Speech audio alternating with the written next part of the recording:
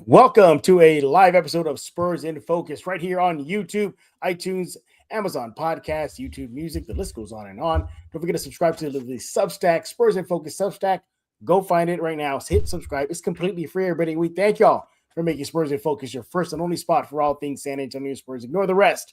Unsubscribe to the rest. Just come here to Spurs in Focus. I wish it was on better terms that we're here live. Yeah, it's kind of somber right now if you're a Spurs fan. Yeah, y'all know what happened.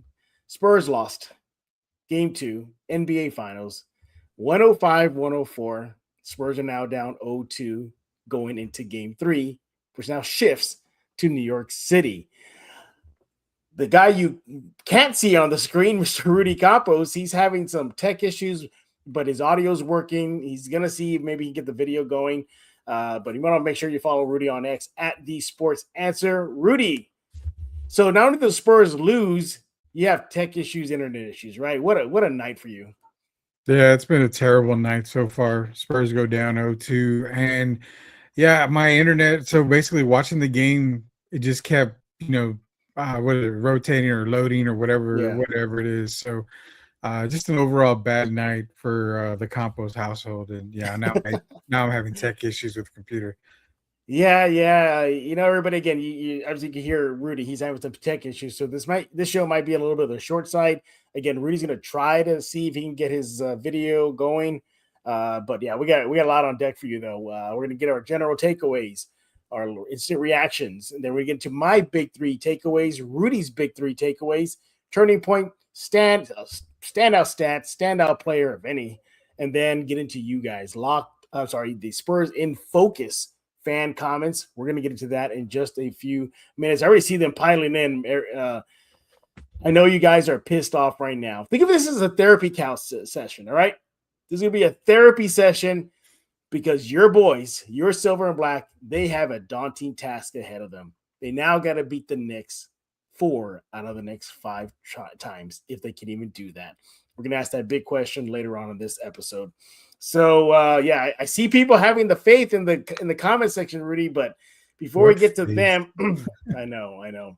Let's get into the general takeaway. Once again, your Spurs lost 105-104 to the New York Knicks. Spurs are in a hole now, 0-2. The worst case scenario happened.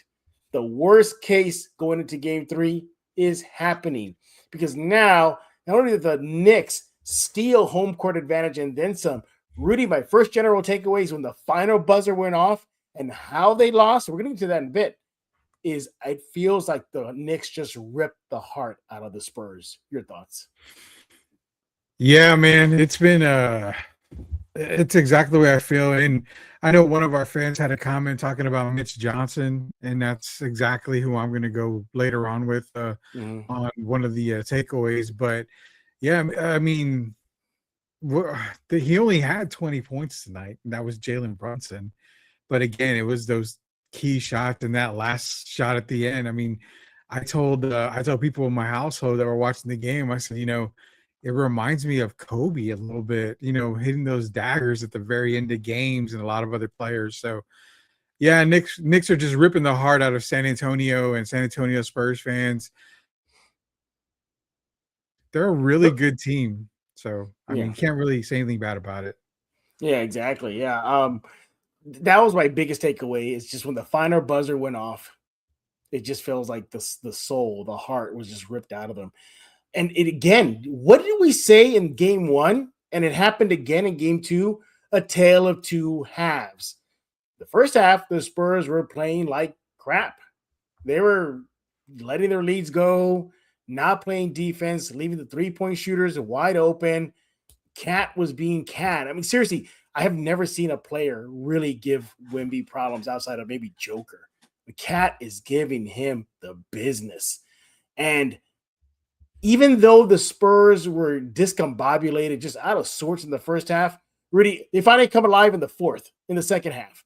Like, it just felt, Rudy, like too little too late, right? Yeah, I mean, it was a little too late, but I would even go a little bit, I'll push back a little bit on that. I mean, they did make a comeback.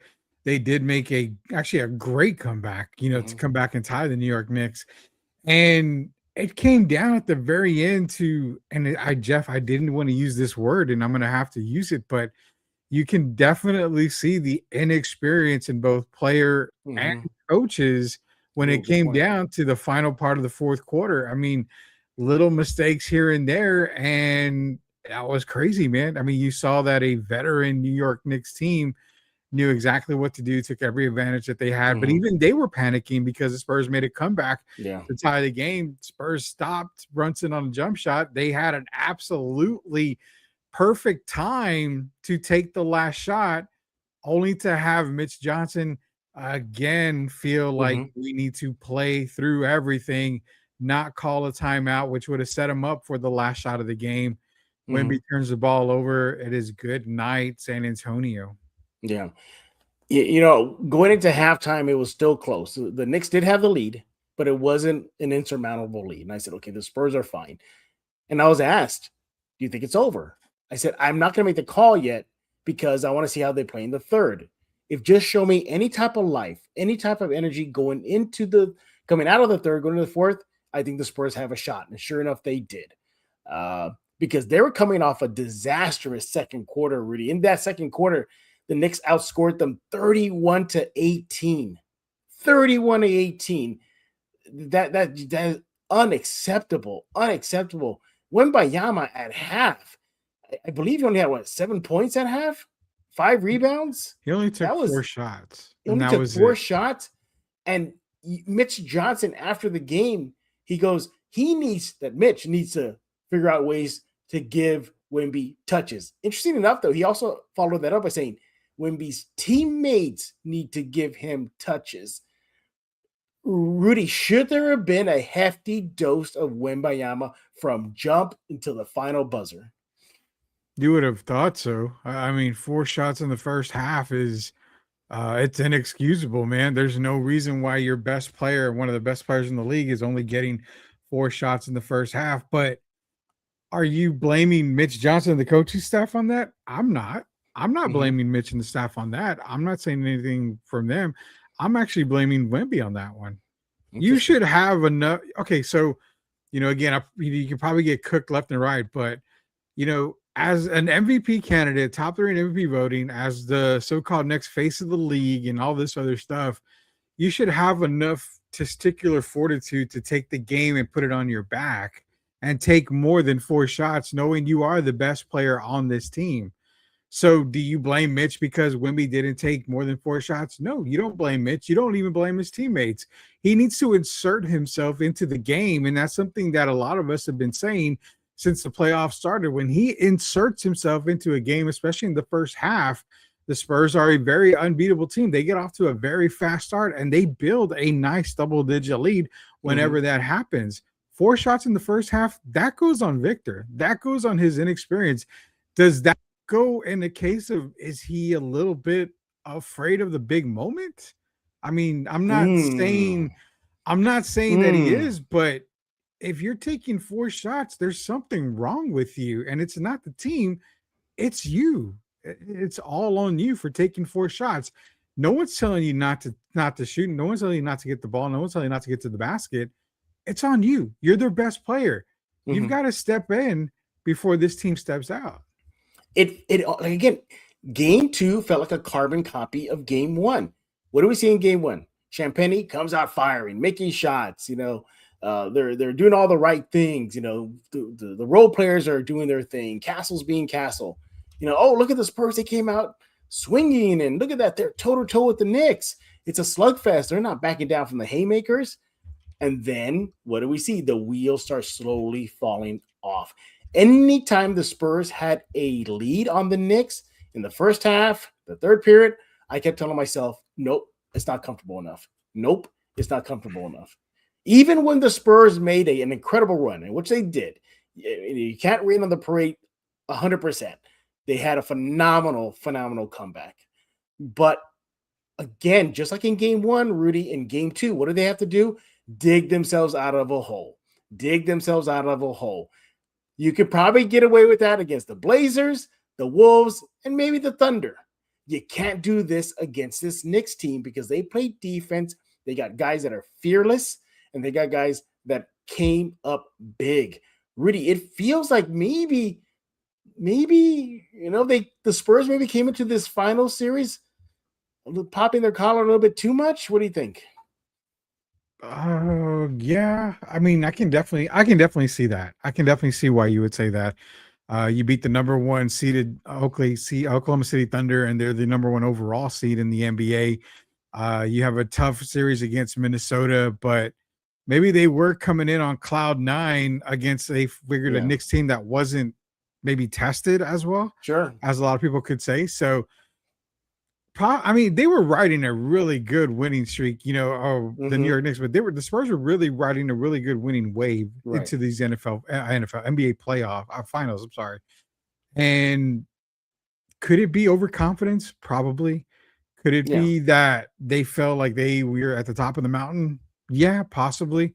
But again, they haven't played a full healthy roster than they have the Knicks, and that's something that it's biting them in the butt right now. I mean, the Knicks are playing no holds barred defense, and you know what? Spurs are playing the exact same way. They're playing physical, and the refs are letting them play. Fantastic, I love it. But it's the little bit of inexperience you're starting to see come from this young squad. Last game, it was everybody on top of De'Aaron Fox. Hey, he needs to Yep. go. He's terrible. This game, he had 20 points. I mean, he did what he was supposed to Yep. do. Who's to blame at this game? I mean, you could say Victor in the first half, but he scored 27 in the second half, I believe, You or can say 20. that careless pass at the end.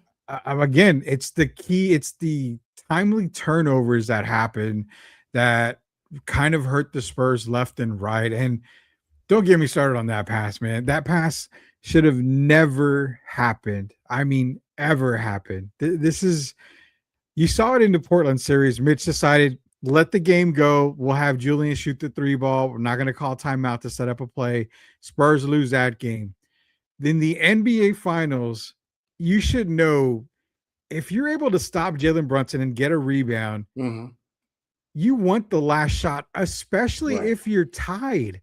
Jeff, you were tied with what, 10 seconds left in the game, 13 seconds left in the game. They took the lead too in the waning But, moments too. no, I'm saying it was a tied game when Oh, right, Wimby right, got the yeah, yeah. rebound and threw it to Castle when he wasn't looking. You take the damn timeout. You have one timeout. You want to set up the best possible play.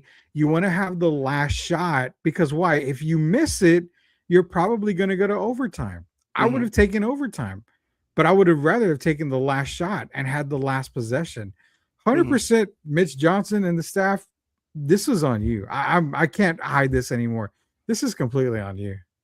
I have a quote from Wimby here after the loss, and I go back to what I said earlier about maybe they came into this series a little bit too on cloud nine.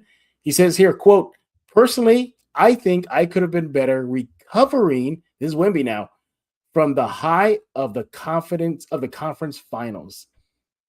But I mean, here we are. We can't change the past now. Really, it seems like the Spurs thought their championship series was against the Thunder. I forgot, like, oh yeah, there's 4 more games. It really Yeah. feels like that.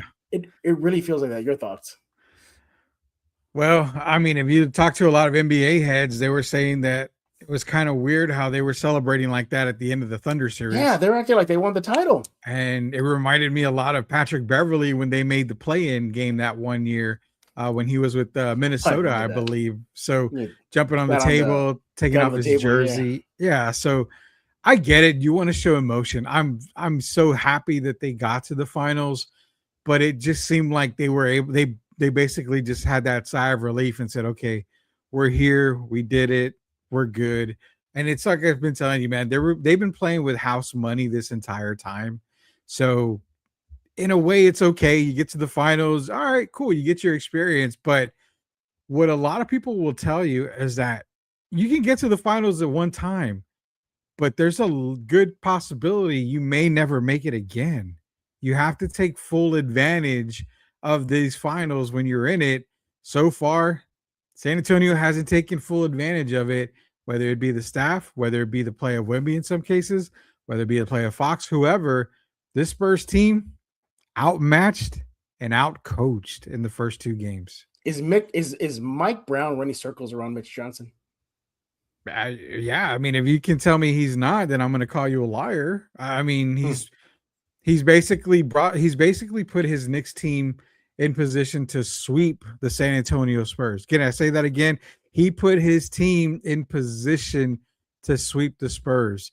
He's made the biggest adjustment in this playoffs, and that was putting Karl Anthony Towns into a playmaker Hmm. position. Jalen Brunson is probably the best player in the world right now, and that is in the playoffs. I mean, this entire team is playing hard-nosed defense. It's basically, you know what? It's basically Golden State Warriors shooting with bad boy Piston defense. I Yeah. mean, that's a killer combination. But when these guys are hot, they're hot. Landry Yeah. Shamet is a guy that's killing San Antonio from beyond the arc. I mean, Miles McBride is actually doing it. You know, he's hitting the three, and they're timely threes, Jeff. So Hmm. yeah, I mean, out coached, man. Mike Brown is doing a phenomenal job, and I give him a whole lot of credit. Yeah. And what's frustrating too is that you look at that pivotal fourth quarter, Rudy, and we talked about the rebounds last game, right? The Spurs actually won the rebounding battle in Yeah. game one. But you look at the fourth period, the Knicks had 6 offensive rebounds to the Spurs 0. Second chance opportunities right there. Okay. Mhm. The Spurs had 2 more turnovers than the Knicks, and a critical one when Wimby threw the ball out of bounds that hit Castle. It's just, what are we doing here, guys? And I think you're right. I think finally that inexperience is showing because they're playing the Spurs. They're playing against a team that's not young. They're not the upstart Blazers. They're not the still young side Wolves. They're not the young, just as young as the Spurs Thunder team. This is a team of men. This is a team of guys that have been in the league for a long time. Yes. Brunson, Cat, Hart, Bridges. We all talk about the Spurs and they're inexperienced, but screw it, right? Wimby, screw it. Well, maybe you can't screw it against the Knicks team that is just a bunch of men that understand that it's down to the little things that matter. And they're showing it right now. But once again, everybody, we thank y'all for joining us here live at Spurs in Focus on YouTube. In case you're wondering, just joining us why Rudy's not on the screen, he's having some tech issues, internet issues. Rudy, you want to try to see if you get your video back on, or you think you're good? I think if I try it, we'll probably get locked up. So no, Okay. let's just go ahead and move on for a little bit All here. right. All right. Cool. I was just trying to give you a chance there to get back on. All Yeah. right. So again, that's why Rudy's out for camera right now. His internet, as Ruby say, screwed. Yeah. So screwed right now. It's been all night. Um. It's been all night. Yeah. Here's the thing too. What kind of bothered me too was you saw that video clip. It's the fourth quarter. The Spurs are making that massive run. Mhm. Wimby's in the huddle. He's trying to rile up the team, rile up the troops. You see him animated and yelling and hitting his fist. Man, he's the one who caused the turnover. That pretty much iced the game for the Knicks. It was Yeah. him. Oh yeah, Rudy. All right. Again, everybody, this might be on the short side again because Rudy's having some technical issues. So let me go to get into my big takeaways from the game 2 loss. I hate saying that, Rudy. I hate saying that. All right, here are my big takeaways. Number 3, I said it a little ago. It's the little things that are catching up with the Spurs. Playing with desperation from jump till the end of the game. I didn't see that from the Spurs until the third-ish and definitely in the fourth period. Again, you got to play like that from beginning. We talked about the offensive rebounding that bit the Spurs in the butt in that fourth period. What about just the second half, Rudy? In the second half, the Knicks had 9 offensive rebounds to the Spurs 3. What about just the second half? They had 1 more steal than the Spurs. They had fewer turnovers in the second half to the Spurs 8. The Knicks had 6. Second chance points in the second half, 12. And you saw that repeatedly. There was one possession where the Knicks got 3 offensive rebounds in a row and it connected, I believe, on a 3-point shot. I think it was by Shamat. What about capitalizing off turnovers. We saw that over and over again. Points off turnovers. The Knicks had 3 in the second half, and the Spurs did outscore them in that period. But you go overall, it's just they did the little things. They did the little things. Getting to the free throw line at the critical moment. They Cat, rising his level up to take on Wemby. We haven't even said anything about Mitchell Robinson. I thought Mitchell Robinson did a damn good job defensively on Wemby to close out the game. Really was sticking it to him. Again, this is not Chet Holmgren. I get it. But this is still a guy who's rugged, he's tough, and he's a lot stronger than maybe somebody that Wemby has not faced in this run. What about that third period disappearing act? They just vanished in the third with the Knicks outscoring them. It was just bad, everybody. It was just bad. I can go on and on about just how they're so inconsistent, this Spurs team. And another blown lead, Rudy. Another blown lead. The Spurs, at one point, they had a 12-point lead, just like we saw in game one. They had a 14-point lead. It didn't matter to this Knicks team. They're like, 12 points, whatever. 14 points, sure. As long as the game is close, we got a shot, and they definitely capitalized that. I'm going to leave this on your screen. Rudy, your thoughts? Yeah, man, little things out there, that the Knicks just took advantage of. I mean, again, offensive rebounds, Spurs did lose in that category. In this game, I believe it was 10-5 on the offensive rebound side. And it was those key shots. They decided to double team Brunson. And the little thing that the Knicks did was make the adjustment to find the open man, knocking down a 3, getting to the basket. I mean, you're right on that sense. Number 2 for the third disappearing act that you've got. I don't know if you meant third or the second quarter. Second. I'm sorry, I meant to say second. Yeah, it's a typo. Okay, no worries. But 31-18, yeah. 31-18 in that second quarter. I mean, 18 points for a quarter. That is horrid, man. That is absolutely horrid. Obviously, something's not working for you in there. You've got to change something. I mean, shots aren't falling, but the Knicks were just red hot and on fire. I mean, that is that's a big second quarter for them. And your last one, I couldn't remember the last one that you had up. The last one was second chance opportunities. Yeah, I mean, I just mentioned that the offensive rebound, the Knicks ended up winning 10-5 on the offensive rebound. Timely second chance opportunities. That's another key moment for you there. And that's a big takeaway right there.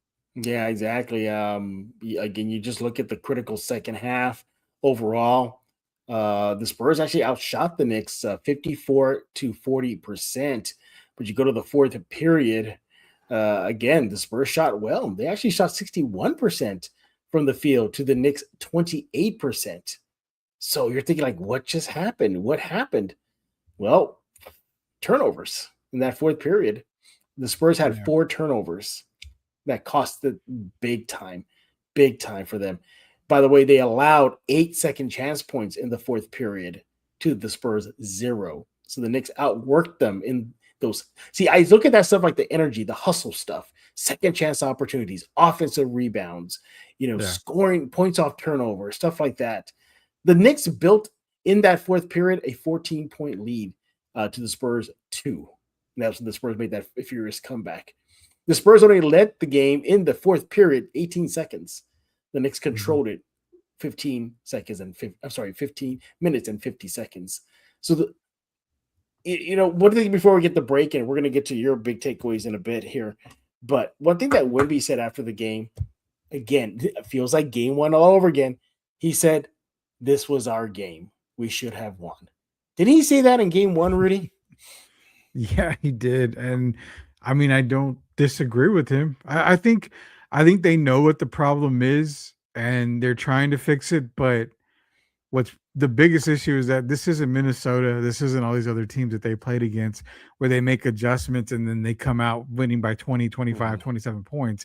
This is the New York Knicks, man. A team that is well coached, a team that has a crap load of veterans on them. I mean, they're a well-built team, and when they're healthy, they are a very dangerous team, and they're showing why. I mean, they don't have one guy that can beat you in Jalen Brunson. I mean, you've got Cat. If Cat and Brunson, are playing mediocre, you have a guy like Anunoby or Mikal Bridges, like tonight, one of the guys that I highlighted that was going to be a big-time problem for San Antonio. he was on it tonight, 20 points. I mean, he just made it tough for San Antonio to double team Jalen Brunson. And now if you're Mitch Johnson, you're thinking, okay, I've got to play Jalen straight up.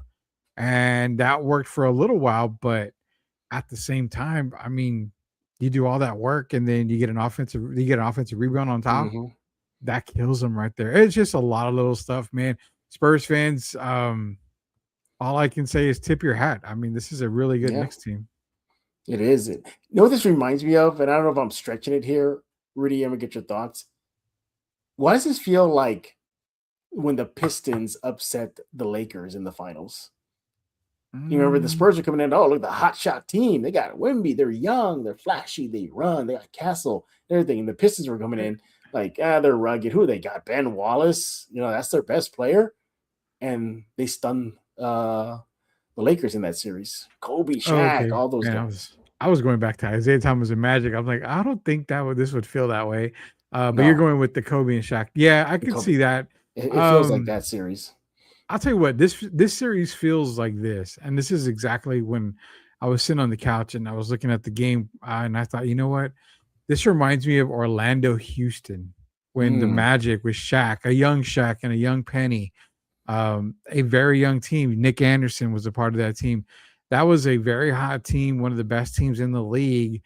And they had just come off beating Jordan and the Bulls, if I'm not mistaken, in that series before. So they get to the finals. They're on cloud nine. Remember, you're talking about Michael Jordan. Same thing with Shea Gilchrist and the Spurs. You're beating the best player in the NBA, supposedly, right now. So they get to the finals, and then they get pretty much steamrolled by the Houston Rockets.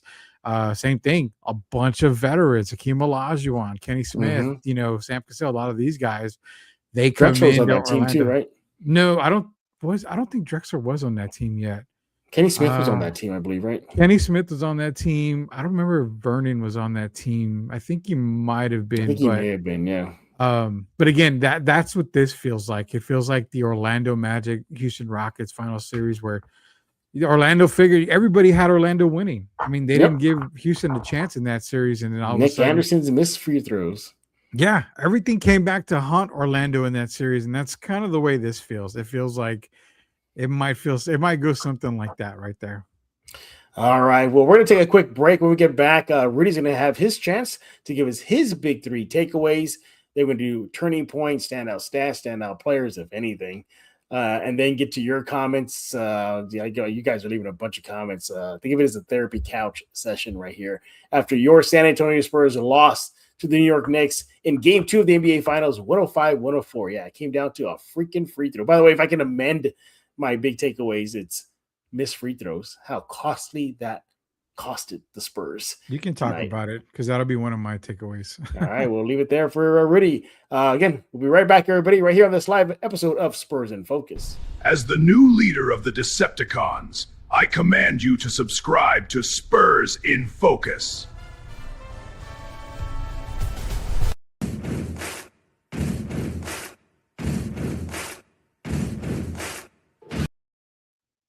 You know, Rudy, again, I passed up on watching the movie Masters of the Universe for the Spurs game. You should just go watch it, man. They didn't deliver.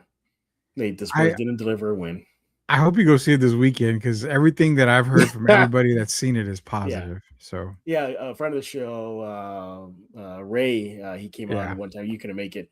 He texted me. He said, like, "Oh, it slaps." So it's pretty good. Once again, everybody, we are back right here on this live episode of Spurs in Focus. After your San Antonio Spurs are now in a world of hurt now. Down 0-2 in the NBA Finals. The scene is shifting to New York, Madison Square Garden this Monday. And that's what pisses me off, Rudy, is that they can't shake off this loss quick. They have the whole weekend to think about this. And I think that's bad. I think if you lose the way they lost today, you want to shake that off quick. They can't do that. They got to let it simmer for 2 days. Wemby said that that's going to motivate him. We'll see. Motivate the team, but we'll definitely see. All right, so before the break, everybody, I gave you my big three takeaways from the loss. Rudy, what do you got? Well, number one for me is free throws. I mean, you're 19 of 27 from the free throw line. That's 8 points easily right there if you make them all.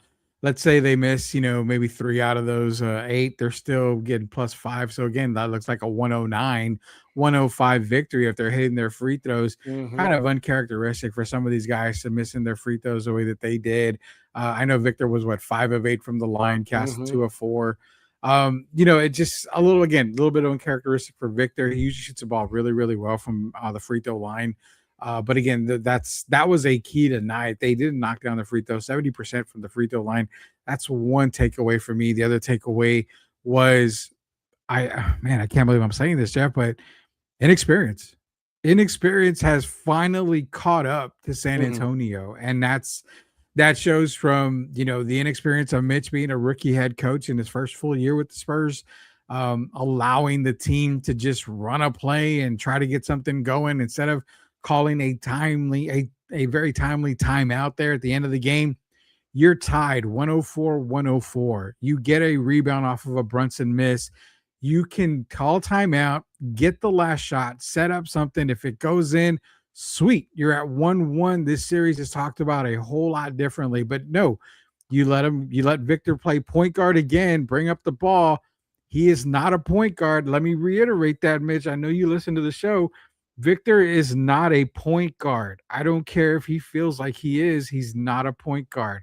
In that situation, you want the ball out of his hands. You saw what happened. Mhm. He assumed Stefan Castle was going to be there for the outlet, turned his back, turnover Spurs, game over. Brunson is Mhm. fouled, makes 1. So that was my other takeaway, was the inexperience, is that it's starting to show, and it's really starting to get under the Spurs skin, because even on the other side, man, when Castle's getting to the basket, why is it throughout the entire regular season and the whole postseason so far, Jeff? Answer me this. The inexperience comes out here. Why is it Castle, when he gets to the basket, he's just going up? He's trying to dunk it. He's just getting to the basket. He's, very crafty. Why in the 2 games against New York Knicks, when he gets to the basket, he hesitates and then he tries to make a pass. He tries to punch the ball out and he turns the ball over. Interception, by Brunson or Hart Mhm. or whoever. It seems like he's not wanting to get to the rim and attack. He gets to the rim and he tries to do something else, or he tries to get one of his teammates involved. That makes no sense to me. That inexperience is really haunting the Mhm. Spurs now. That's what I'm talking about when it comes to inexperience. That stuff right there. I mean, Dylan Harper's playing really good, 15 tonight. I mean, he's Mhm. still playing, I think, better than almost everybody on the team. De'Aaron Fox had a nice bounce back game tonight. But again, it's my head scratching is Steph, it's Wemby, and it's Mitch. I mean, those 3 guys, the inexperience is definitely showing. And finally, this goes off the court, man. This goes off the court. My biggest takeaway is I am Mhm. 100% glad, and I am super proud that the New York Knicks were able to get home court advantage throughout the entire finals. Every game is a freaking home game for the New York Knicks. Yeah, they were loud That is again. and there were more Knick fans in game 2 than game It 1. did felt, yeah. When you heard Roland, who was the PA announcer, say 2 shots, you heard a minimal crowd say 2 shots like they normally do. Normally that whole arena is screaming that. Yeah. But now the Knicks fans have taken over San Antonio. They've got home court advantage throughout the NBA finals, because if by Mhm. it comes back for game 5, we're going to see a sea of blue and orange again. So Spurs fans, I don't know if you sold your tickets. I don't know if Ticketmaster sold extras. I don't know what the whole problem is, but yeah, if you are one of the guys or girls that sold your tickets, again, don't ever go back into the arena again. You don't deserve to be a Spurs Banned. fan. You You're don't banned for life deserve, like that kid running yeah. on the court. Yeah, you don't deserve to own Spurs tickets. You don't deserve any of that stuff anymore. Those are my takeaways, Jeff. After the game, Mitch Johnson, he kept on saying the Spurs haven't played their brand of basketball, that they haven't reached that level. No, he even said if we play our brand of basketball, we should be okay going into game 3. But why does it feel like even if they play their best brand of basketball, this Knicks team is ready for that? Why does it feel that way, Rudy? Adjustments. I mean, Yeah. it's flat out adjustments. Mike Brown and the staff have, they've got an adjustment for every single thing the Spurs have been wanting to do, and everything that worked against Oklahoma City is not working against the New York Knicks. So try to stop running the stuff that you did in the previous playoff series and figure out what to do. You kind of held Brunson in check for a little while there in the fourth quarter. You got on a little run. They started taking tougher shots. They started taking shots deep into the shot clock, which hurt them a whole lot. And then there was that timely foul by Julian Champagny. And you know what? That's okay. They still bounced back and they still tied the game. They had all the momentum in that fourth quarter. And what happened? A momentum killer, a turnover. Turnover. So you can call that luck by New York. You can call it whatever. But it just seems like it doesn't matter what the Spurs do right now. The Knicks are ready for it. And they're going to continue to be ready for it. Do you think it's going to be easier to go into MSG and get a W? Hell no. It's not going to be easy. Did you not see that Christmas game? Wasn't there a Christmas game where they got blown out in MSG? They got wrecked. I mean, hello, people. MSG is not a cakewalk. Yeah. After the game, we got some thoughts from Dylan Harper. He says, look, it's one game at a time. Drop 2 games at home. You never want to do that, but at the end of the day, you got to figure out how to just win in the next 48 minutes. He goes on to say, the biggest thing for us is just staying together and not putting our heads down. You just got to focus on the next game. It's not the first to win 2. You're right, Dylan. It's not the first to win 2 games. But can this young team beat this veteran savvy Knicks team for the next 5 with, as you highlighted, Rudy, the Knicks owning home court advantage no matter what from this point going forward? That's a tall task. All right, let's go ahead and play our game now. We got some categories coming up right now. We have standout stats. Now, remember, Rudy, it can be good or bad, all right? It can be a good thing or like what stood out for you. Or it's like one that stood out for me, how horrific the Spurs were, all right? I don't want you to accuse me of setting you up or anything. So what are your standout stats? Standout player, could go both ways, good or bad. And, of course, the turning point. All right, Rudy, round and round we go. Which one I'm going to stop on? How about this one?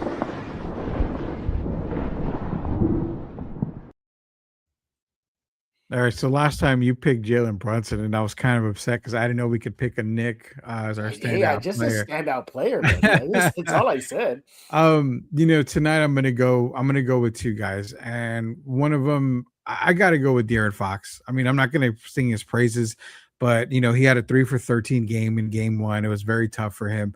Came back 8 of 12, 2 of 2 from 3-point range. I mean, he doesn't really knock down the 3 that well. Got going early tonight. Tried to keep the Spurs in it, and he did in the fourth quarter. Ended the game with 20 points. Did have 4 turnovers, which were kind of costly, but not as costly as some of the turnovers by Wemby and Castle in key moments of the game. 5 assists in the game, 3 rebounds. He's going to be my standout player for San Antonio. Again, I like what Dylan Harper did also. I mean, for San Antonio, he did a great job for the San Antonio Spurs. And at one point, I remember I talked to Derek Gervin. I said, why would they play Dylan and De'Aaron a whole lot more together? You actually saw them on the court during that run together at the end of the game. So it shows that they can work together. And I love that. I love the fact that they can be 2 great point guards on the court at the same time. So, and that's when Castle was out. And that's when the Spurs started getting momentum. They got back and they tied the game. So I want to see more of the Dylan Harper, De'Aaron Fox backcourt. My other guy, I got to give credit to this guy, man, because he's making me look good now. And that's Mikal Bridges from the New York Knicks as a standout player. Good, 20 points, man, a +7 overall, but 6 assists, 6 rebounds. He ended up having a steal as well, just making it tough for San Antonio. And again, when Brunson, only had 20 points tonight, Cat had 21 and OG with 17. Mikal Bridges was that guy, the unsung hero that, again, hit timely shots, was able to get to the basket, played some really, really good hard-nosed defense. Those 2 guys are my standout players of the game. Yeah, I feel like I do half a standout player because I only played a half, really. It was Victor Wembanyama. He finishes with 29 points, 9 rebounds, and 2 assists. He was a +6 on the night, but again, a tale of 2 halves for him, buddy. I mean, it really was. First half, 7 points. Second half, 22 points. So, but it's so tough because, sure, you had 29 points, Vic, and you were a +6, and you made a couple threes. But you needed to be second half, Wemby, in the first half, and for a complete game, 48 minutes. The turnover at the end. And he did some silly fouls too down the stretch. He did have 5 clutch points when the NBA says under 5 minutes is clutch time. So he had 5. So I'm going to give him a half a standout player because he only played half a good game. And the other guy, I'm going to go with Karl Anthony Towns again, plus 11 on the night, 21 points, 13 rebounds, 4 assists. Look, everybody, I know it's Spurs in focus, man, but you got to give credit where credit is due. I mean, Cat has been balling. Why does it feel like Cat is on a mission right now, Rudy? It feels like he is just laser focused right now. He's the best shooting big man in NBA history, apparently, is what he calls himself. So better than Bol Bol? Better than Manute Bol, his dad? Oh God, no, man. Manute Bol and Jack Sikma were the first 2 big guys that I saw shoot threes as a kid, and I was like, wow, that's pretty awesome there. Karl Anthony Towns is on a mission. I mean, you saw the crap that he gave him in Minnesota and how it wasn't working in Minnesota with him and Gobert, and then with Anthony Edwards. He's out to prove himself, man. I mean, he's out to prove that he can be a part of a championship team and that he can make a difference and that he's really doing it. And again, this is not the same Karl Anthony Towns that we're used to seeing. It's not. Go back and look at the tapes. Mike Brown put him in a different spot on the court and is having him play a whole new style of basketball. And Cat has taken that and ran with it, Jeff. And that is why the New York Knicks are on a 12-game winning streak in the playoffs. Amazing. They are playing lights out basketball, and a lot of it has to do with not only Jalen Brunson, it's Karl Anthony Towns. He's 13 rebounds, 21 points, 4 assists. I mean, he's just stuffing the stat, man. He's stuffing the stat stuffing, and that's something that you would see Cat go maybe 30 and 10 and this and that. But now he's just putting himself and everybody on that Knicks team in better position. Kudos to Cat. I mean, yeah, you're right. This is Spurs in focus, but you got to sometimes just, tip your cap, sit back on your chair, and toast to some of these other guys because when they're balling, they're balling. Yeah, he is definitely balling, and he just looks like a different guy from his days in Minnesota. Just how much he's matured on that court. And change of address does him well. And, he says he is from that New Jersey, New York area. So he's technically going back home. But my God, I mean, I've never seen another player, at least another big, give Wemby, fits. I mean, he is giving Wemby fits. You see, Wemby has to honor his outside shot. He has to play so high away from the rim that it just leaves those lanes open for McBride, for Brunson, for these other Bridges getting those mid-range shots in. I mean, I get it. He's just playing really, really good. All right, go to the next category here. We did standout players. What's the next one going to be?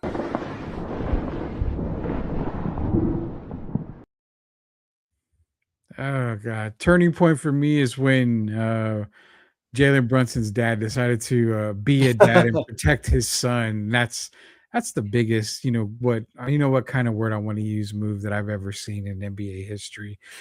Having your own dad stick up for you, that's just pathetic. But nonetheless, that's not my turning point. My turning point is the fourth quarter, few seconds left in the game. Jalen Brunson misses that shot.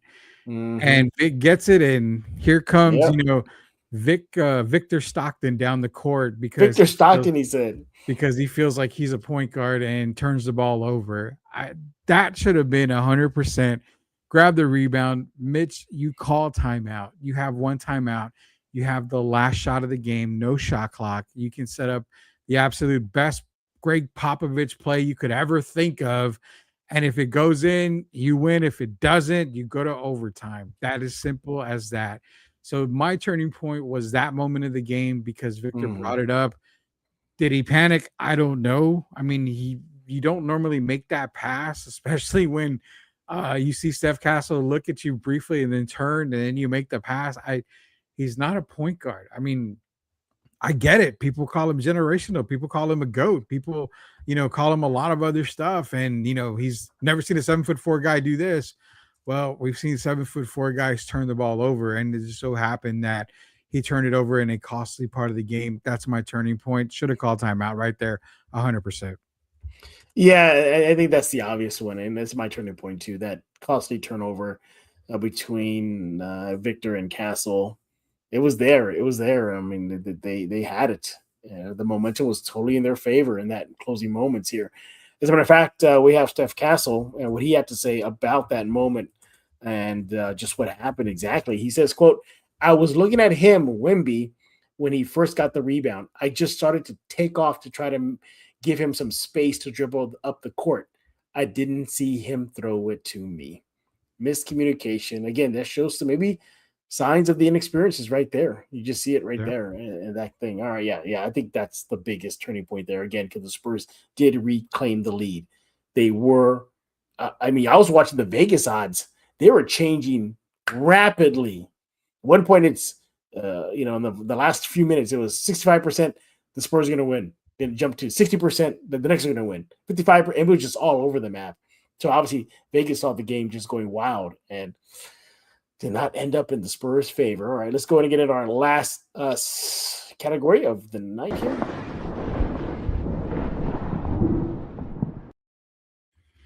All right, Jeff, the standout stat, the only one that I'm going to talk about is the biggest kick in the balls that we have tonight to talk about, and that is the second quarter, 31-18. Yeah, that's a big one there. You're up by, 9 points going into that second quarter. Spurs look really, really good.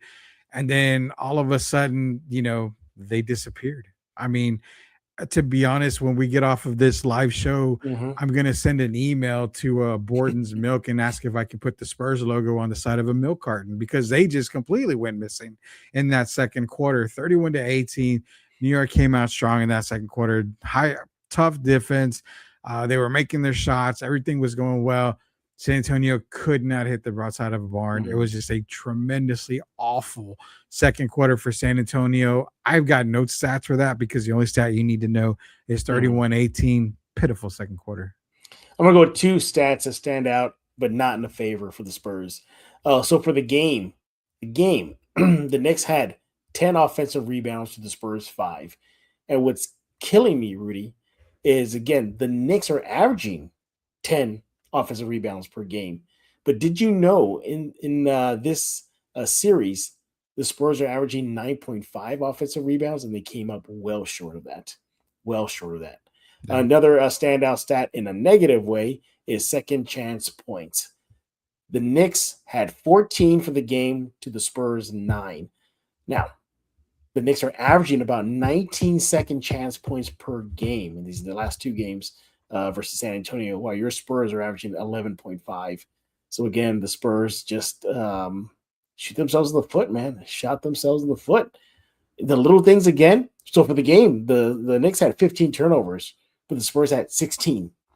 Who knows if that one turnover could have done everything? And that's what everything's so magnified in the NBA Finals is how you almost have to play perfect ball in these games because by now you're tired. You've played over 100 games now for these two teams. You've gone through playoff struggles, playoff wars, at least for the Spurs. Yeah.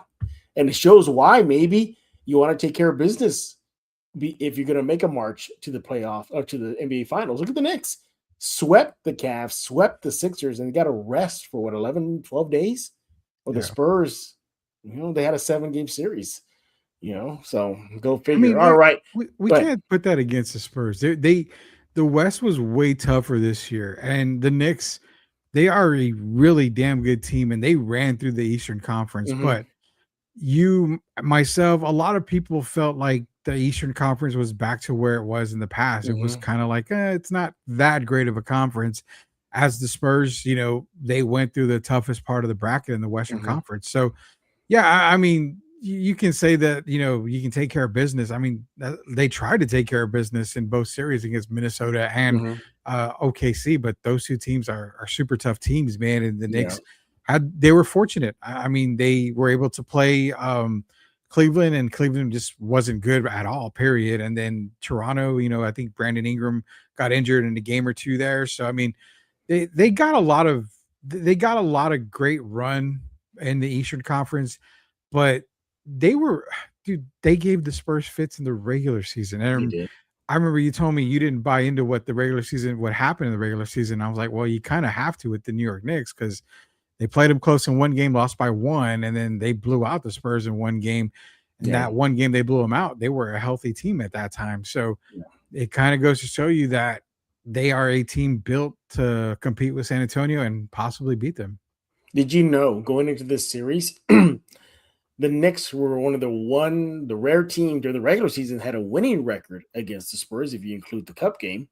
Yeah. 2, did you know during the regular season, it was the Knicks that helped the Spurs to their lowest point total of a game throughout the regular season?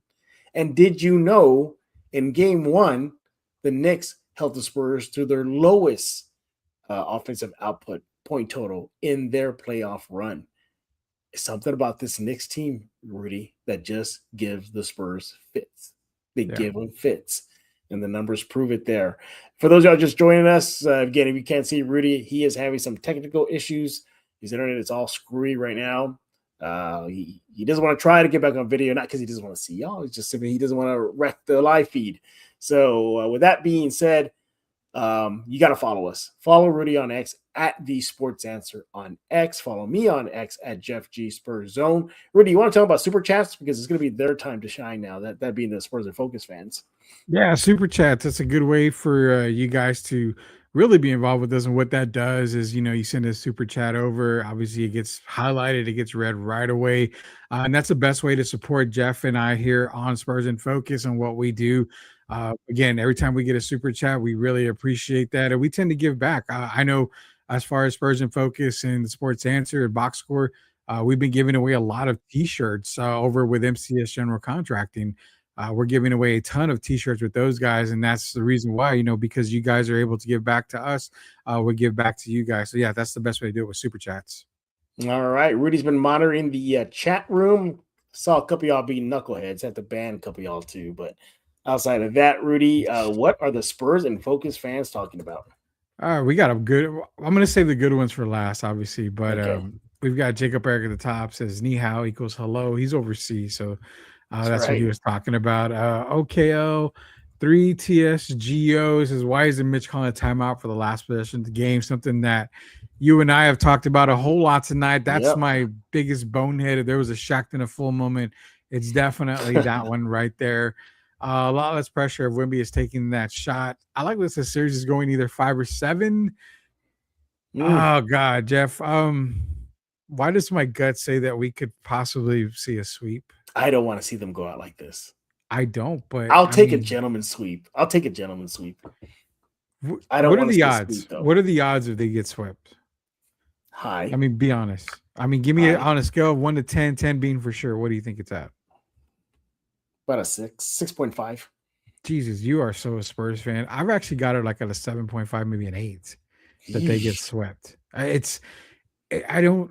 What can you do? I mean, for real, what can you do? You're getting out coached, man. Yeah. You're getting out coached and outplayed. We got a super chat in here. Appreciate the super chat, brother BK. And this is the one that I had a lot of stuff here that I want to get into with him, with brother BK, because he had a good comment earlier. So shout out Spurs and Focus. Beware Danhausen until you get cursed. I don't know if you know Danhausen, Jeff. He's a WWE wrestler, right? With ACW, I think. No, he's with WWE now, and he's got the face paint, and he has that creepy voice, right? Yeah, yeah, you are cursed. Yeah, that's that guy. And by the way, he's a big nerd like me and you. He collects action figures. Yes, he does. That's a good fun fact, man. Good fun fact, but. He says, shout out Spurs and Focus. Beware Danhausen until you get cursed. If I'm not mistaken, Danhausen. Wait, Danhausen cursed the Spurs? So on an episode of Get Up, I think it was Get Up. It was with Stephen A. Smith. Mm-hmm. He actually cursed the Knicks, and Stephen A. Smith was like, "I don't believe that." This was earlier, I think before the playoffs, and.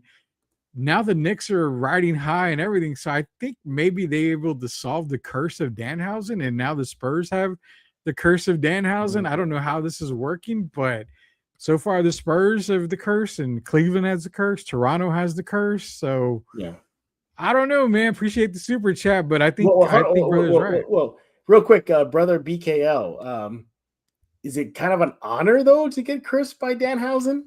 If that's the case, I'm calling up Danhausen tomorrow. You need to curse me and the Spurs.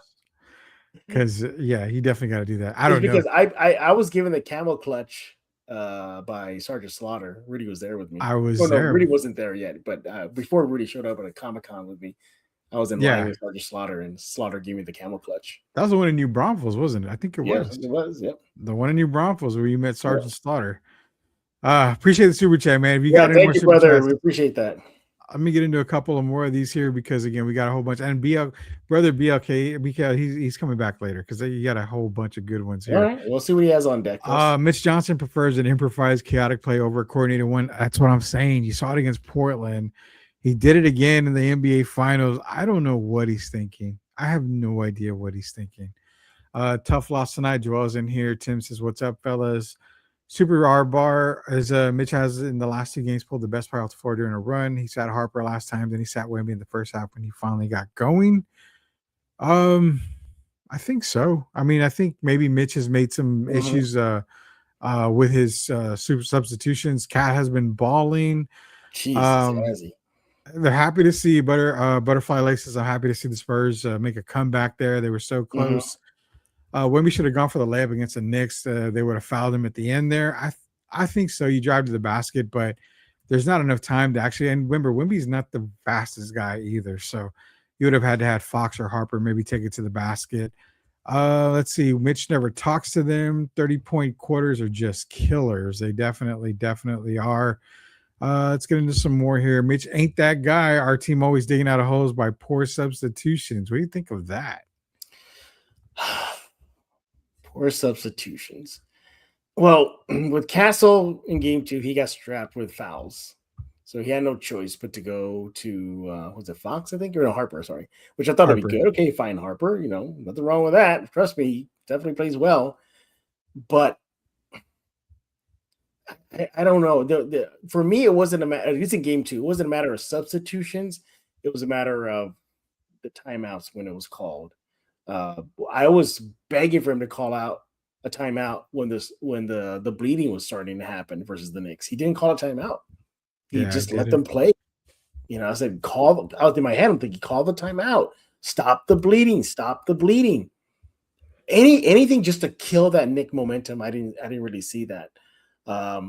So for me, it was those little things. As much as say the Spurs players got to do the little things, Mitch Johnson's got to do the little things, and I think that's one of them he could have done. Stop the bleeding, call a timeout when we got that rebound towards the end of the game, stuff like that. What else is everybody talking about? Joel's in here says, I never liked Mike Brown, but I have to give him credit. He's taking this team over the hump, unlike Tibbs. With a 6-man rotation, Brown actually uses his bench, and that's key, man. He's using just about everybody on his bench. Right now, he's going 9 players deep, which is really, really well. I mean, he doesn't have to use guys Pacoma Dadia. Jordan Clarkson didn't even get any run tonight, which is kind of a surprise to me. I mean, I'll give you one guy that I'm surprised that hasn't gotten run, and that's Tyler Kolek, man, as well. Kolek was a big focal point for the Knicks in this regular season. So, and I think he also cooked the Spurs in a regular season game. I believe he did. Yeah, I mean, that's how deep this Knicks team can go right now. That's pretty crazy, man. Oh, your boy Keldon Johnson again disappointing tonight. Man. The 3 out of 4 games that they played the Knicks that he's played, 3 points, Jeff. Actually, no, it's more than that. 4 out of 5 games, 3 points is all he's able to muster. Hey, you know what? Real fast, if I can throw this in here real fast. Yeah. Did you know? I just looked at the stats here for the game. The Spurs only had 11 fast break points. Isn't that what their bread and butter is getting up and running and getting that pace high? The Knicks were playing their pace from tip-off. Yeah. I did not once see, okay, well, maybe in that fourth, but I would say 70% of the game, the pace was all Knicks. Yeah. Yeah, the Knicks slowed the ball down, and that's the thing that they're doing, and that's kind of one of the reasons why you're seeing Spurs kind of falter a little bit, because the Knicks are playing their style of basketball. San Antonio loves to run; they have to get out and run, but they also like to move the ball on the offensive side. It kind of gets stagnant from time to time. You have too much one-on-one. Jeff and Rudy, let me ask you a question. During the third and fourth quarter, when Jalen and Cat were on the bench, shouldn't the Spurs take advantage or make some shots or something? You think they should take advantage of that? I thought they kind of did. There was yes, I do remember. Yeah, because Cat got in foul trouble, and Brunson sat out for like I think the last 2-ish minutes of the third, Mm, going into the fourth, and I don't know if he started the fourth, but the point is, I think that's when you started seeing the momentum turn to the Spurs' favor in the third quarter ish. It was starting. I don't say it was at full power. The right. fourth quarter, it just took on. But I think they did okay in those spots. The problem is, I don't know if the Spurs have figured out how to be the Spurs and play their brand of ball when Victor's not on there, because that's when you'll see a little bit of the collapse starts happening. Yeah. Yeah, that is true. Sohan knows his first plays, yet he wins either way. Yeah, Now, he gets a ring no matter what. So he's probably well, sitting right now on his seat like this, like, all right, guys, y'all slug it out. I'm good. if I'm not mistaken, Jeff, if say the Spurs do come back and win, they have the option not to give him a ring. Oh, I don't know. I thought it was guaranteed. No, I believe I read somewhere an NBA ruling that they don't have to give if a player was traded or cut at any point of the season, they're not entitled to give anyone a ring. So Really? I did not know that. yeah, I believe that's the case. I think it's done out of oh well, thanks for being a Spur for a little bit here. So I think that Would would you be give him a it. ring? Probably not. I mean, Get probably your not. Rudy. I wouldn't. I'm kind of a douchebag, man. Everybody knows that. There's a lot of less pressure with a tie game. Wemby is looking at the next game. He can dwell on this game moving forward. Yeah, but I mean, there's only so many times. There's only 2 more times you can say, well, I have to look forward to next game. Yeah. And after that, then it's time to go fishing in Galveston. So winning time, let's see. You can take for granted making the finals, but as good a whooping, it might be what the Spurs need to lose the dynasty. Losing tastes bad. Yeah. I mean, but then we've also seen teams get to the finals and never win it, and there goes their chances. Utah, I mean, that's one. Yep. Seattle was another one with they had a really good team with Kemp and Peyton. They got there, never got back again, after that. So you got to take full advantage, man. You got to take full advantage of it. Chili Con Cardenos is in here. The Spurs couldn't lob a pass to save their lives tonight. There was a bunch of times I thought, man, Wimby could Yeah. have an easy alley-oop here. Definitely not. What else do we got in here, man? Missed free throws can lose Yeah, a game. that's a big reason. Another reason why they lost. Rudy highlighted that in his takeaways. I was shocked by that Wimby and Castle turnover. A lot of people were never should have happened though. Call a timeout. That timeout Yeah. is gonna. This feels like that Rod Strickland pass, man. I mean, it feels like that's the turning point of the series, right there, man. Mm-hmm. Wemby needs another 2. We need another shooter and Giannis Eastkiller and need help with OKC. I don't think you go into this offseason. Do you go into this offseason to trying to tweak a No. whole lot? No. What No. if it's adding Giannis? No, because you have to trade for him, right? He's not a free agent, right? You're gonna have to trade for him. No. Milwaukee's gonna want a lot.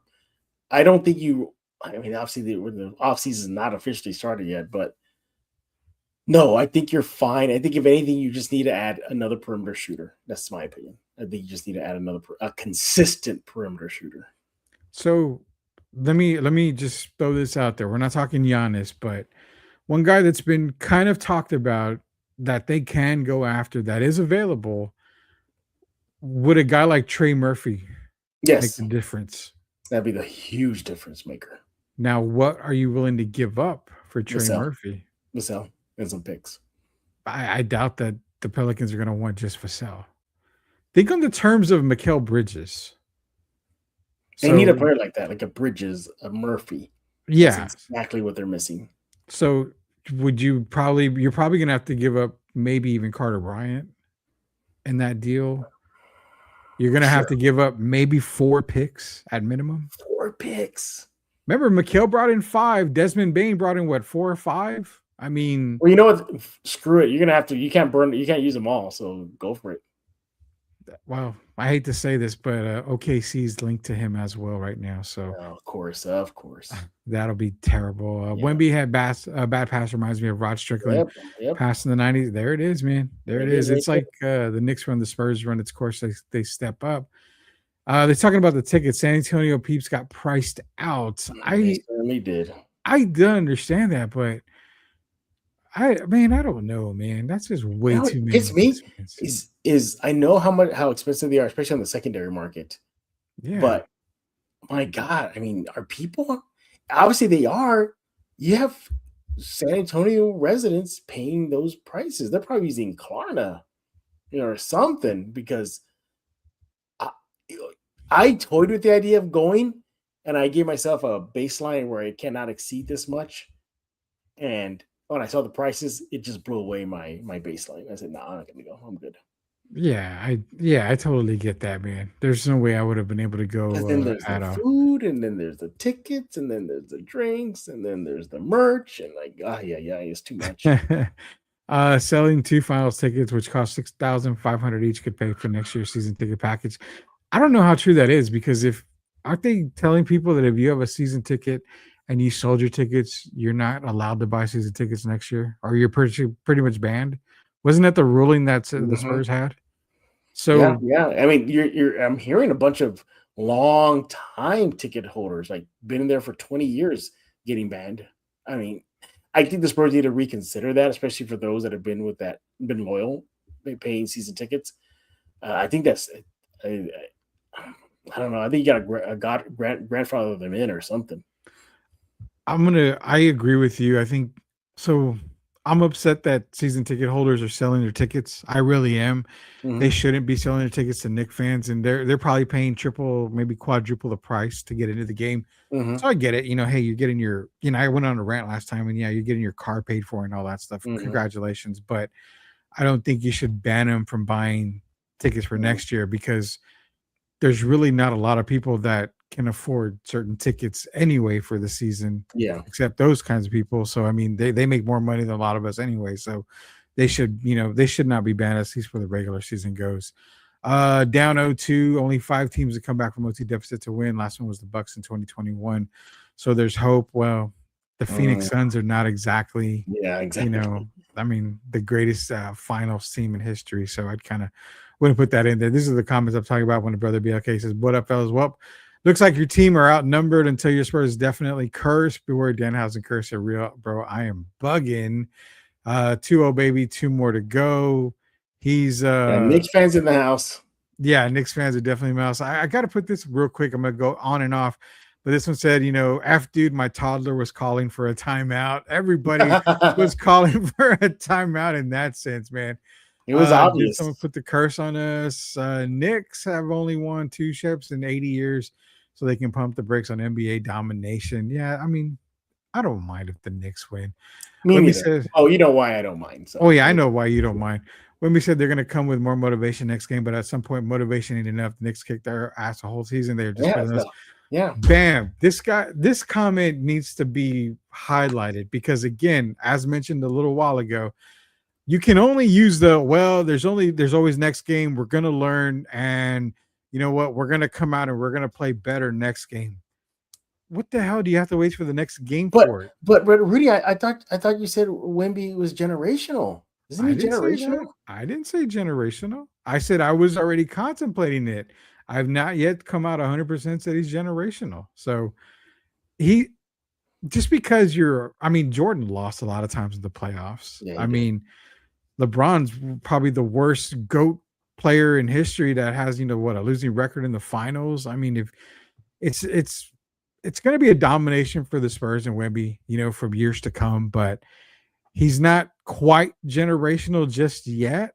But again, you can only say I'm going to be motivated for the next game until the season's over. And then what? Are you motivated to get better in the offseason when you got swept by the New York Knicks? I mean, that's kind of what it looks like here. Yeah. Uh Danhausen and then Victor. What I think it's when I called Victor Stockton, bringing the ball up the court there. Roman Reigns. We're getting into some wrestling talk. Mitch Johnson is scared to design plays. That's a Oh, good point yeah. because It's like, is that why he didn't call timeout? I mean, you're tied 104-104. Do you not know how to call timeout and draw up a play for the last shot of the game? I mean, I can guarantee you every coach in America, at least majority of them, call timeout in that sense there. Whether you're coaching the Spurs drug-free league or you're an NBA head coach, you are calling a timeout there knowing you have the last shot to win the game. You're tied. Worst that can happen is you go to overtime. This is crazy, man. Crazy. Oh, now you put him up. Yeah. What is he pointing? Is he pointing to somebody to call a timeout for him? I mean, is that what he's doing? For you, Rudy. Thank you. Call the timeout. I would have called it. Unfortunately, we were thinking Spurs are favorite, but look at those bets. New York Knicks minus 135 at Spurs plus 115. Well, anyone got milk. Anyway, this season or this series changes, Jeff? My God. See, the thing about it, I'm going to say no. I mean, it's because the Spurs have to do a lot more adjustments than the Knicks have to. Yeah. The Spurs have to do the vast amount of adjusting. The Knicks don't. Yeah, I'll give you that. And they got a chokehold on home court advantage now. Yeah, we got all day B-ball in here, and he's kind of upset because he says Spurs are in 6. Then we got Spurs. Spurs in 6. All right. Well, we're going to see the most 4 straight games over the Knicks from the Spurs. I took Spurs in 6. I mean, I can't change it. I know it's not going to happen probably, but I can't change it. F New York. Stop giving the Knicks team all this credit. Is full of midgets. These midgets are outplaying the Giants right now. They got scoreboard. Jeff, a gentleman sweep would mean they would win on our court. We will never hear the end of it from Knicks fans. I don't see it. It's I get the gentleman sweep, Jeff, but it just has sweep written all over it, man. I don't know, Rudy. I don't see the adjustment. Sweep. I see a gentleman sweep. I don't see the Knicks are due for a loss, right? They got to be due for the law of averages here. Probably next season. I mean, I don't see it happening in this playoffs, man. I mean, it's legitimately in the 2 games that you've seen. Have you seen anything? Well, anything? I'm glad you brought that up. Okay, good. We always bring up great points here. Maybe not game 1, but definitely in game 2. In the way they close it out, I think the Spurs, they lost it. The way they close it out. Now let me shoot this back at you. If you look up the stats, and you're a great guy that looks up stats, the Knicks are the number 1 fourth quarter team in the NBA. When they close out games. Yeah. So no matter if it's a 105-104 victory or a 121-90 something victory, they close out teams in the fourth quarter. But you know what's interesting though? In clutch moments in these last 2 games, it's the Spurs that are averaging more points in the clutch time than the Knicks are. The Spurs are averaging 9 clutch points to the Knicks 7.5 clutch points. Very true. But so what's the difference? Why are they doing this? Well, begin the little freaking things. It's the Knicks that average more steals in clutch moments. It's the Knicks that have 1 fewer turnover in clutch moments. It's minimal fouls. Did you know in clutch moments in the last 2 games, everybody, the Knicks only commit 2 fouls to the Spurs, 3? What else? It's the second chance points. The average is about 3 second chance points to the Spurs, 2. The little things mount up. Yeah, but it's, and at the end of the day, like my one of my favorite players and announcers of all time, Bill Walton, said, Jeff, tonight's matchup between the Spurs and the Knicks is a great matchup, battle of the Titans, and whoever has the most points at the end of the game will be victorious. That is a classic Bill Walton quote there, man. Let's just say 50-50. Let's see, Danhausen is dumb. Unfortunately, we got more Danhausen. Rudy talks. Why are we talking about Danhausen? We got a lot of Danhausen talking. Danhausen. Everybody loves it. I won't be shocked if Spurs win game 3. There are going to be lots of distractions for game 3 due to security issues. Is Danhausen even a good wrestler? I've maybe seen him wrestle. I've seen him wrestle once. I have no idea. Just more of an act. I don't know. I really can't say. Yeah. A team full of wrestle little men who avoided Boston and Detroit. That's not their fault. Still, who has scoreboard? No matter what you say, B-ball, who has scoreboard? And it's not that we're picking on B-ball. I get what he's saying. I mean, I totally get where you're coming from. It was an easier path for the Knicks, and he just mentioned about the Spurs. Minnesota and OKC, easier path for the Knicks, but if it was that easy, or if they were that bad of a team, you would have thought the Spurs would have won at least one of these games. I mean, Mhm. there's no doubt the Knicks are showing why, they are who they are right now. I mean, Mhm. they are who they thought they were. Again, more with the lobs. Cat is twice as thick as Wemby, and Mitch Robinson can get up there, Yep. so it's tougher and difficult. Yeah, These are grown men he's going up against. Wemby gonna cry in the car. Oh my God, Jacob's back in here with that. Yeah. Can't believe that. Take Wemby to Don Pedro's to get some Sure. thickness. Yes. Let's do it. Let's do it. What's the raise the flag? Is that which one is that? Is that That was the buffet, right? yeah? I can't remember the raise the flag. Always want to call it from South Park, Casa Bonita, but it's not Casa Bonita. Casa Bonita. It's not that. Oh, wait, I what was was gonna it? say Oh, Ponchos. Ponchos, raise the Ponchos. flag. You got to Yes. take him to Ponchos. There's one here. Chris St. Spurs in 7. Spurs No, don't they wanna didn't take win. him to a churrascaria. You do that, you get Oh God. thick quick. Hey, It's all protein that on those things. when I was a really big fat guy way back when, and I'm getting back there probably. I hope not, but when I was a really big fat guy, those Chinese buffets in San Antonio were, oh my God, iconic, dude. Let me tell you, when I used to live in New York City, I've been to a churrascaria many, many times, but I've never been to an Argentinian churrascaria. Mhm. Oh my God, that was some of the best food in my life. You know, Argentinians prepare their meats, their steaks, and all that stuff, their pork. Yeah. They use like a metal teepee with hooks on it, and they put the fire inside the metal teepee, and then they cover it up. And oh my God, it's so good. I have no idea. I mean, I'm gonna just trust you on that because I don't like to Yeah. eat a lot of different things. Prices are rent money to us. I got priced out a long time ago. Same thing with me, man. I haven't been to Spurs games. Well, I've been to them when I've covered them, and that's really the only time I took advantage of going to Mhm. games. But after that, when I stopped covering them at the game, I just didn't want to go back. The prices were outrageous, even for preseason games. I got priced out. I was like, there's no reason I to thought going the to. preseason were hella cheap. I looked at preseason prices, and I mean, I can't sit in the nosebleed. I really cannot do that. Yeah. All But lower bowl, they were still like 105, 110 a piece. So I'm a tight ass chef. I'm not gonna spend that kind of money.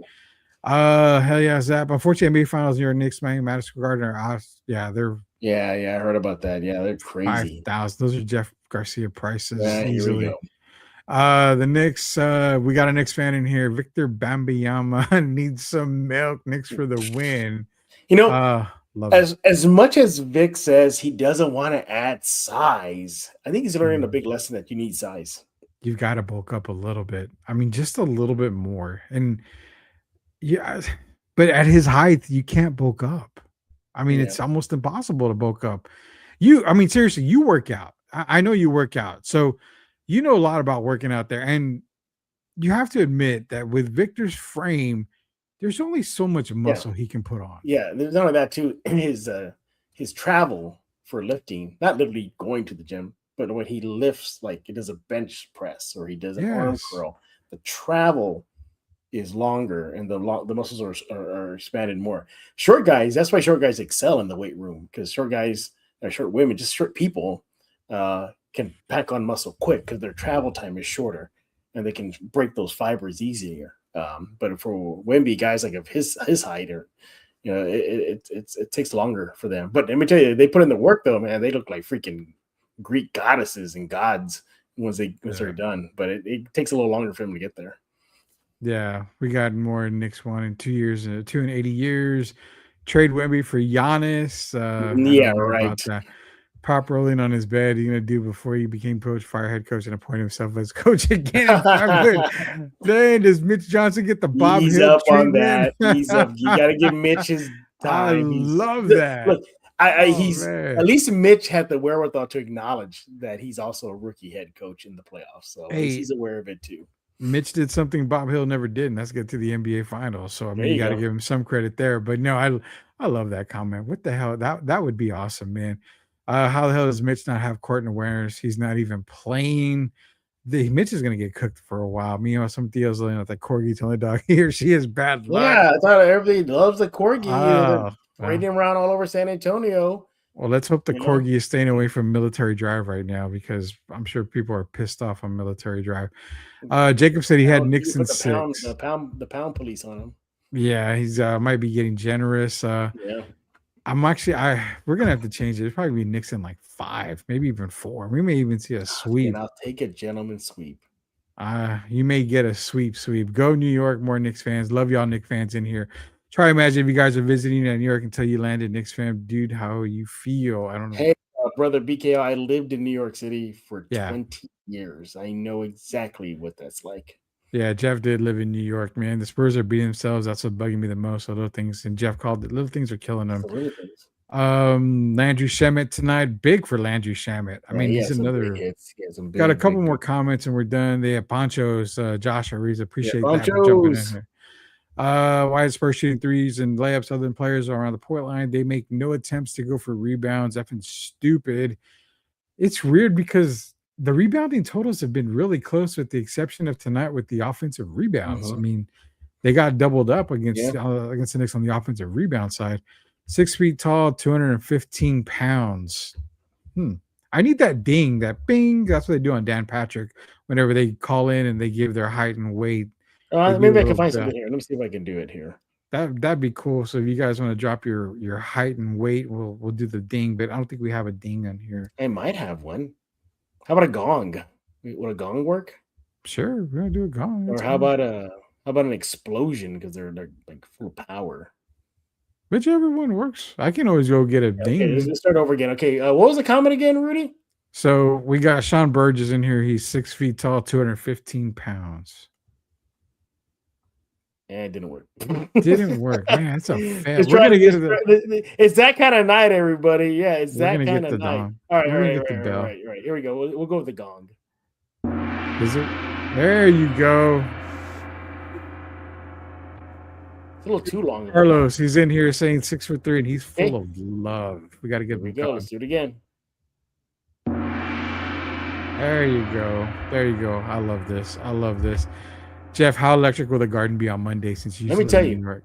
I know MSG like the back of my hand. I could tell you where to go, where to eat, how to get to certain places. I nearly lived there for 20 years of my life. It's loud.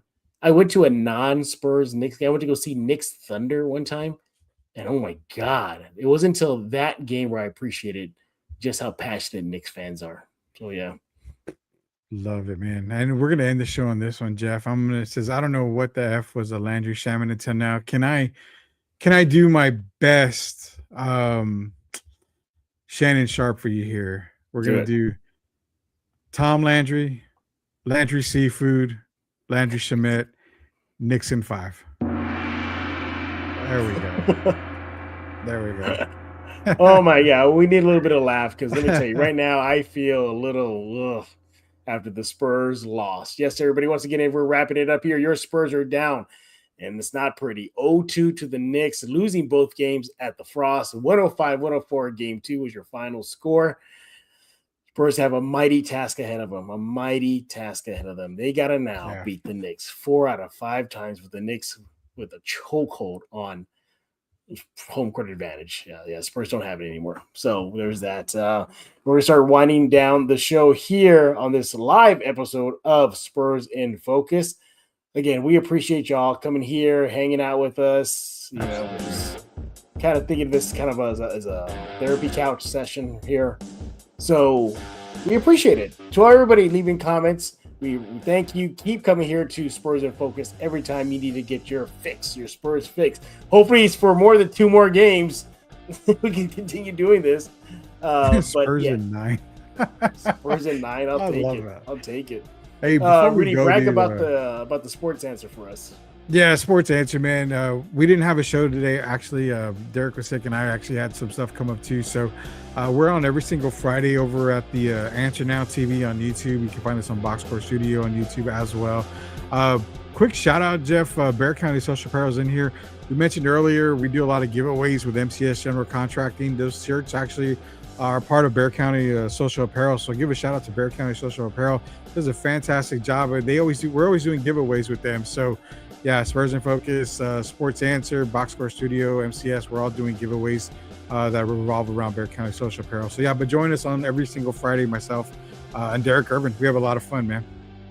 Yeah, exactly. Follow Rudy on X. That's the best way to do it, at the Sports Answer. There you get all the information and whatnot, you need to do listen to his show when he is live. And I got an extra comment here. What is it? You read it, sure. It's for you.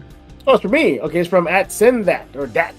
Hopefully, as nobody thinks we can win, the thought that we have nothing to lose will help our Spurs tune everything out and help our Spurs be in focus. That's pretty poetic there, buddy.